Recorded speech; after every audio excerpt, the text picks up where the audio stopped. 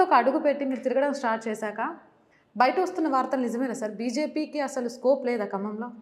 ఇప్పుడు లేటెస్ట్ వార్తలు ఇవన్నీ చూస్తూ ఉంటే బీజేపీ ఇక్కడ గట్టిగా బలంగా ఉంది అని చాలామంది మిత్రులు నిన్న మొన్న కలిసిన వాళ్ళు, పొద్దున్న కలిసిన వాళ్ళు కూడా చెప్తున్నారు. అది త్రిపురలో ఎలా అయిందో, ఏదైతే కమ్యూనిస్టు అనుకున్నారో ఇప్పుడు అది ఏమైందో మనందరికీ తెలుసు.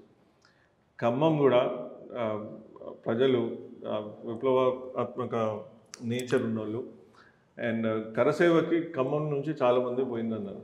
ఇక్కడ కూడా ఖమ్మం ముందు ఉంటుంది. అది ఆ స్పిరిట్ అనేది ఒక చాలా యూనిక్ అని అనుకుంటా. సో ఇక్కడ ఖమ్మంలో నేను గత నెలన్నర నుంచి విస్తృతంగా తిరుగుతున్నా.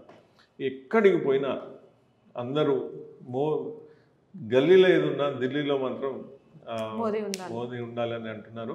అది నేను చూస్తున్నా. నేను ఏదో ఛానల్స్ ద్వారా లేకపోతే ఏదో చూడడమే కాదు, ప్రత్యక్షంగా నా కళ్ళ ముందు చాలామంది వచ్చి ఇక్కడ ఏ ప్రభుత్వం అయినా ఉండనండి, మేము తెలిసి చేసామో కావాలని చేసామో అది పక్కన పెడితే ఢిల్లీలో మాత్రం ఈసారి మోదీ ఉండాలి.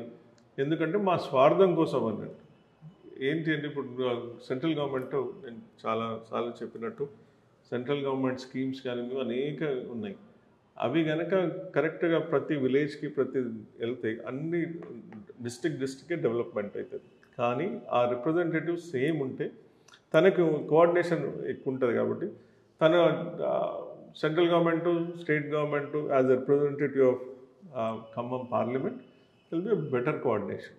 కాబట్టి ఆల్రౌండ్గా ఖమ్మం డెవలప్మెంట్ అయ్యే ఛాన్స్ ఉంది. ఇప్పుడు కొన్ని ఎగ్జాంపుల్స్, ఇప్పుడు భద్రాచలం టెంపుల్కి 50 crore ఫండ్స్ రిలీజ్ అయ్యాయి, కానీ అది ఇంతవరకు రిలీజ్ కాలేదు. గోదావరి జలశుద్ధి అని ప్రోగ్రామ్ ఉంది. అది ఎంతో మోడీ గారు ఎంతో ఆశయంతో, మంచి ఆశతో అది చేశారు. అది ఇంకా అట్లనే ఉంది. ఫార్మర్స్ ధరణి పోర్టల్ ఉంది, అది చాలా ప్రాబ్లమ్స్ ఉన్నాయి. అట్లా ఇది కేంద్రం దృష్టికి తీసుకెళ్ళినా, ఇవి స్టేట్ నుంచి అయినా సరే అట్లీస్ట్ బ్రాడ్ డైరెక్షన్ అనేది ఉంటుంది. సో స్టేట్ తోటి మాట్లాడడం జరుగుతుంది.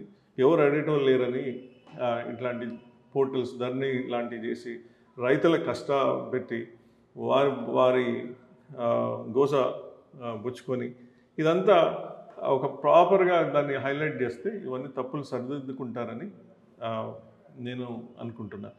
అట్లనే నేషనల్ హైవేస్ ఉన్నాయి.